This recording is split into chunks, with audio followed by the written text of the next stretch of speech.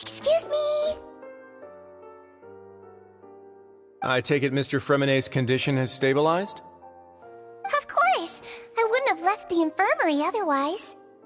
I've been expecting those two, but might I inquire as to the purpose of your visit, Miss Sijuin?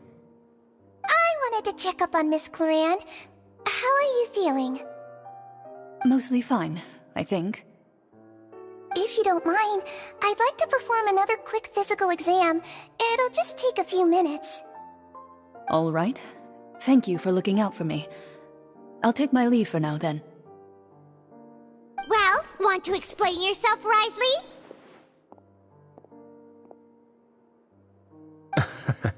Of course, but I'm not partial to the word choice of explain. How about enlighten? Where should I begin? How about you start by asking me any questions you have? You can start with whichever one you'd like to get answered the most. Then Paimon will begin. Did you know about Lenny's goals from the very beginning? No. I just knew they were Fatui operatives sent to the fortress by the Knave. As for their specific goals, I only figured those out as you made progress on your investigation. You managed to monitor and stay ahead of them even though you didn't know what they were trying to do? They came here with ulterior motives. I'm quite adept at discerning what that kind of behavior signals. Initially, I thought their goal was just to investigate Child's disappearance. Linny suggested that I had deliberately let him escape, but in truth, I didn't really do anything special to help or hinder him while he was here. Everything he did, from finding helpers to leaving this place, he did on his own.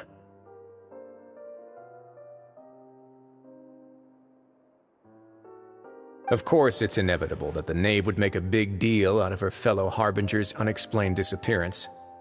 I'm also quite curious about where that Harbinger went, so I figured I might as well let the Fatui do their own investigative work. All I care about is the answer. So you were hoping Lenny's group would just do your work for you! You make it sound like that's a bad thing. Unfortunately, things didn't go as planned. I assume that Fremonet has told you already, the ratio of primordial seawater around the fortress of Meripede is on the rise. The Forbidden Zone has always been Lenny's target, and you got roped into that investigation after running into him. I began to intervene out of concern for your safety, and also to prevent the fortress from becoming entangled in more irksome matters.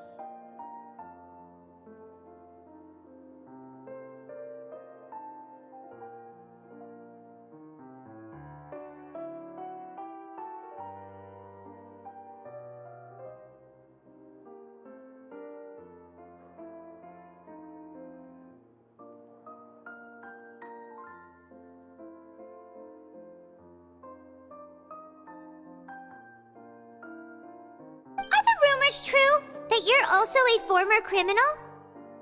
Now, why would you put it like that? Isn't staying here all day and serving as the manager of the fortress a kind of sentence unto itself? Another form of prison? I just happen to have some support from the rest of the inmates. That's all. Oh, right! Paimon wanted to ask, who invited Cloran down here? Me, of course. I paid her good mora to come down to the fortress for some field work. As a champion duelist, Miss Cloran could be considered to be an independent party. I needed to find an exceptionally capable person to help me get through the impending crisis. And saving Fremonet was part of that crisis? You can think of it like that, yes. Credit where credit is due, that boy is quite adept at diving. Had conditions not been as hostile as they were, he probably would have found the missing Harbinger already.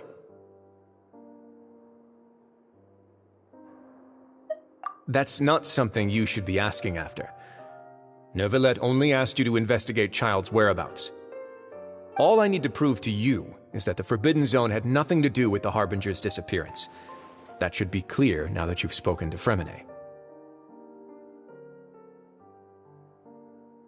But we've already uncovered that there's something wrong with the infirmary, and we've answered a bunch of questions that you threw at us. Isn't it about time that you answer our last question in return? You make a compelling case. Do you really want to know the answer that badly? Yeah, Paimon really wants to know! Even if the truth may not be pleasant? Follow me.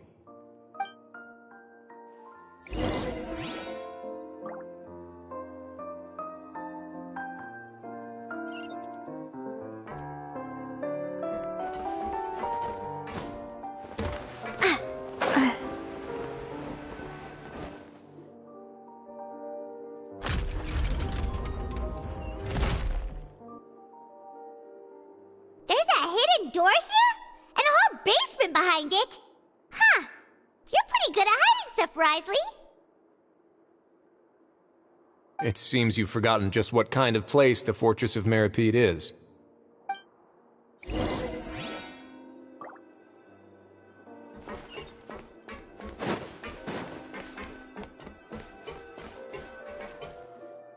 Stand on the central plate. Wait, is there a secret mechanism or... Whoa!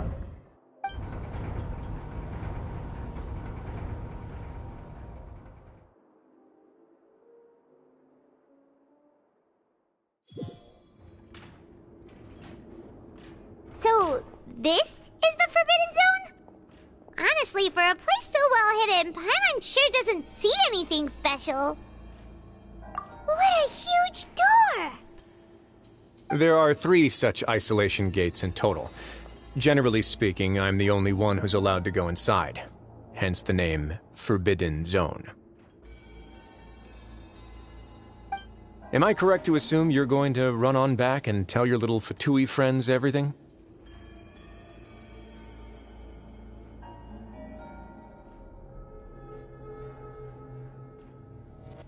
Well, Paimon wasn't thinking of keeping anything from them. Well, I'd advise you wait until you've seen the whole truth of this place for yourself before deciding whether or not to tell them.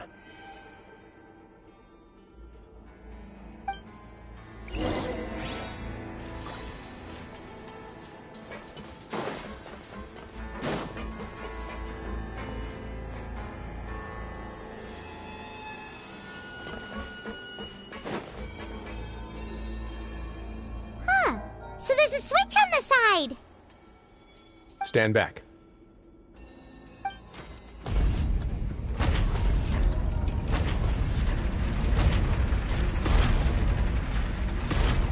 Whoa!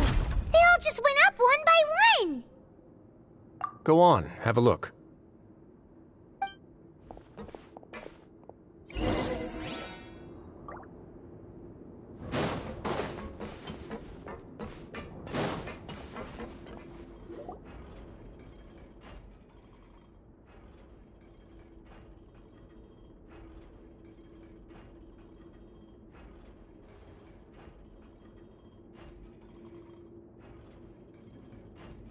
I've been interested in what lies beyond that gate ever since I assumed leadership of the Fortress of Meripede. Of course, it would be unwise to recklessly open it, but it'd also be risky and negligent to simply ignore any potential danger that could be behind it. The readings on that dashboard have not budged since the day when I first laid eyes on this place. But over the past year, the needle has crept upwards from its original position, likely because some parameter it's been tracking has changed, if only infinitesimally.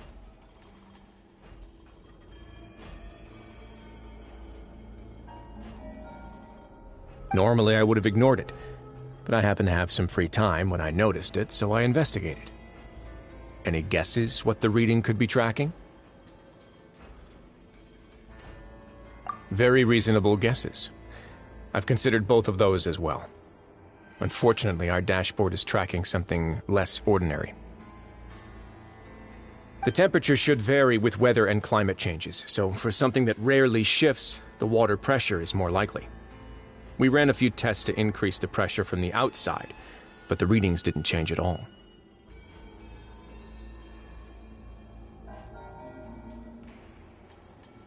Later on, a few more possibilities occurred to me, such as a potential connection with the primordial sea. I began to make a few preparations based on that hypothesis. Over the past few days, the needle has moved again. With that, and the symptoms that Fremine displayed after leaving the fortress, I can now confidently conclude that the readings represent the concentration of primordial seawater in the seawater nearby. The concentration of primordial seawater? But we're already under the sea! And that is precisely the problem. We're at the bottom of the sea, and now we're surrounded by toxic seawater. Somehow, primordial seawater got mixed in, and the concentration is steadily rising. Yes, that's very likely. But forget about the two of us! Not even Novelette knows where the primordial sea could be, much less where we could find and plug a leak. Oh. Oh! Seems like you've figured it out. I believe the primordial sea lies directly beneath this sluice gate.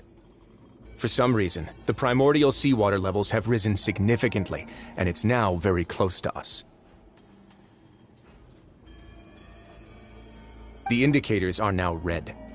Although the gate still stands, some primordial seawater has already leaked out and mixed into the sea around us. If this continues, soon it will no longer be able to hold back the primordial sea at all.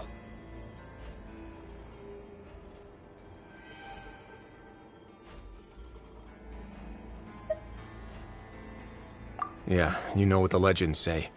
If this place falls, then everyone in Fontaine will be turned into puddles in the span of a night. But that's just too weird! Why would the Fortress of Meripede be built right above a sluice gate for the primordial sea? Who built this place anyway? Your expression tells me you think this might be part of a vast, complicated conspiracy. To be honest, you might find the actual answer may be exceedingly boring. It's just that the secret of the Forbidden Zone had been long forgotten by the nation before I rediscovered it with my research. There's no single founder of the Fortress of Meripede in any traditional sense. What we know about its history has been left to us by the people who used to live here. When the previous Hydro Archon Egeria ruled the land, all convicted criminals from Fontaine were exiled. The people drove the criminals away like a wolf pack chasing away the banished.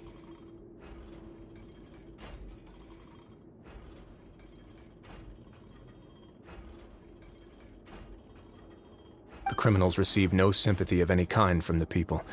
They were exiled to the desolate seaside, where they experienced only pain, struggle, and the bone-chilling cold. Some of them began to repent, and prayed to the Hydro Archon, asking if there was still anything they could do. The Hydro Archon took pity on them, and said, "You may go guard my secret, deep underneath the waves." And so, leaning on the power of the Hydro Archon, they gathered underneath the sea and began to build a fortress. They became a community down there in the deeps, and over the years helped it to grow. As the number of exiles increased, more and more people joined the community. When the first group of exiles died, they left the yet unfinished fortress to their successors. The Hydro Archon continued to lend her support, allowing the fortress and what it stood for to continue growing ever larger. Before long, this dark underwater fortress became the sinner's only home. And with that, the people here stopped referring to the fortress as a prison. They saw themselves as repenting sinners who would regain their freedom once they had sufficiently redeemed themselves. But as time went on, people also realized that the fortress was a lonely place. Once they had gotten used to life here, they could no longer feel comfortable living in the overworld. Once they had finished serving their sentences, some people left and some others chose to stay. They'd find some idle position and let their withered souls fade away with the ancient secrets of the past. After many, many centuries, Few people still remember the reason for the fortress's founding. Now they just see it as an integral pillar of Fontanian society, as the place where criminals deserve to be sent. Now and again, researchers manage to break one law or another and live out their days in the fortress. I learned all this from an elderly historian. Everyone else just thought he'd made it all up. But now you know every part of that history is true. Indeed. It's just as the prophecy says. If this gate fails, then everyone will be dissolved into the sea. To be frank, not really. But sadly, that hasn't stopped this prophecy from proving all too accurate. Prophecies are troublesome things. Just hearing one will create the first wave of panic. Seeing signs of it will bring about the second, and actually witnessing it in real time, the third.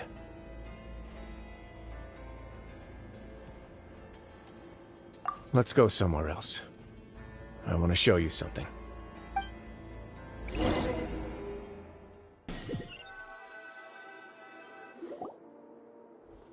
This is it. Your Grace, perfect timing. The results from our last round of experiments have...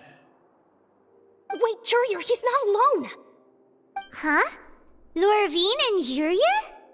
No need to panic, you two. I've already told them about our plan. What? After you warned us not to tell a single soul about any of this? I'm skeptical as well. Are you sure they are trustworthy? The results speak for themselves, don't they? These two may already know more than you could ever imagine. All right then, if Your Grace insists. They seem harmless enough, so I'll trust them for now. Well, how about some reintroductions? This is Jurier, one of the highest-ranked researchers from the Fontaine Research Institute. He used to work under Edwin. I trust that you've heard of Edwin?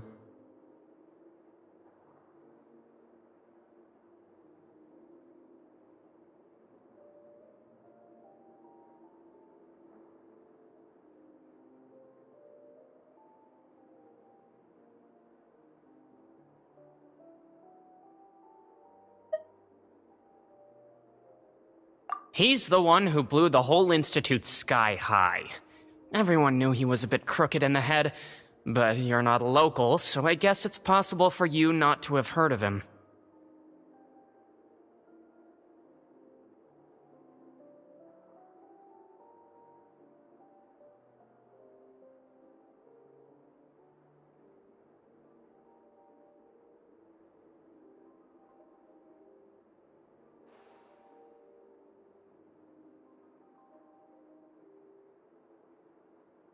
Edwin's main areas of research were archaeum and gravimeters. As his assistant, Jurier is quite familiar with them as well. I hired him to be my technical consultant. You want to blow up the fortress of Meripede? Ah, what a lovely idea. I'm already imagining it in my head. Gotta admit, I'm tempted as well. Guys, focus! Focus! That taskmaster over there is Miss Lorvine, and is also one of my technical consultants. While Jurier used to be Edwin's assistant, she used to be Jurier's assistant. Ooh, are they together? See, everyone keeps asking this question. Are you too sure you're not a couple and just using your work as a convenient cover? Your Grace, I am not in a relationship with this man! If I dated her, I'd officially be madder than Edwin. Jeez, forget I said anything then. Follow me. Whoa, there's another door that goes right up. Your constant amazement makes it seem like the fortress can do anything.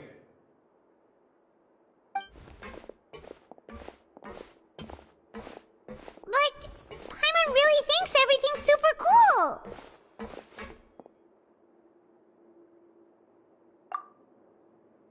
Well, let's spice it up a bit.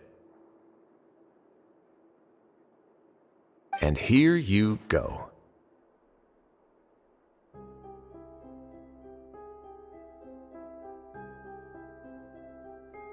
What a huge ship! This is also a production zone that Paimon's never seen before. What's going on?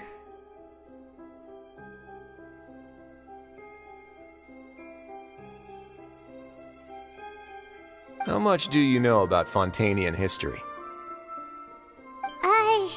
Not much at all. Well, then maybe you haven't heard the story of ancient Lemuria. To give you a quick rundown, Fontaine used to be ruled by the Lemurian dynasty.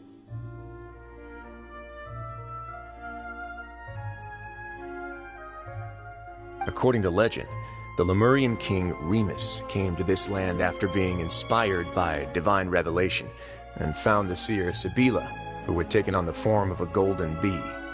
Taking the golden bee with him and riding on a huge ship, the Fortuna, he created his nation above the surging waves.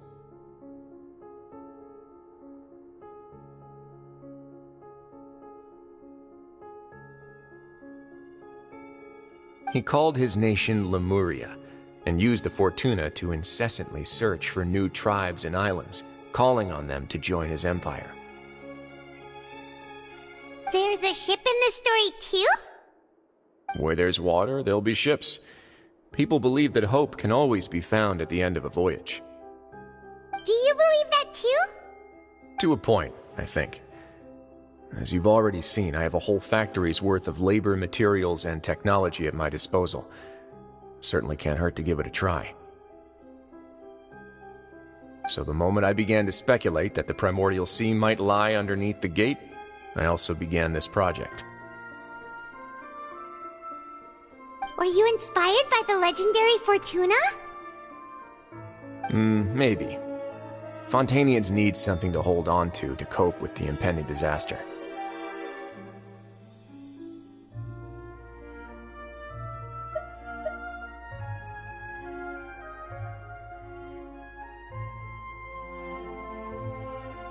Were the workers to find out the truth behind this ship, riots would destroy the fortress faster than any catastrophe. As the fortress's administrator, I'd never make such a reckless call. Alright, that's enough talking for now. I'll need another 3 cups of tea to soothe my throat. Do you have any other questions?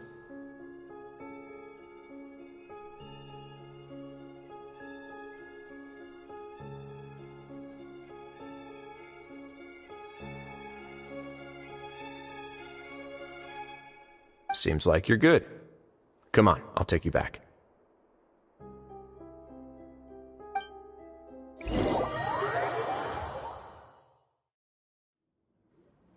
I'll leave you here for now.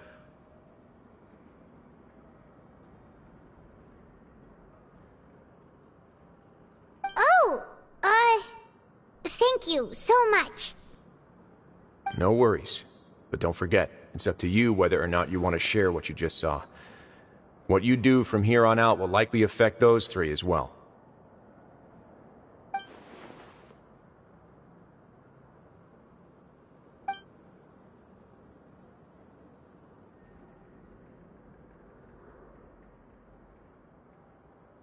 Yeah, we'll put a lot of thought into it for sure. Great. I look forward to what happens next.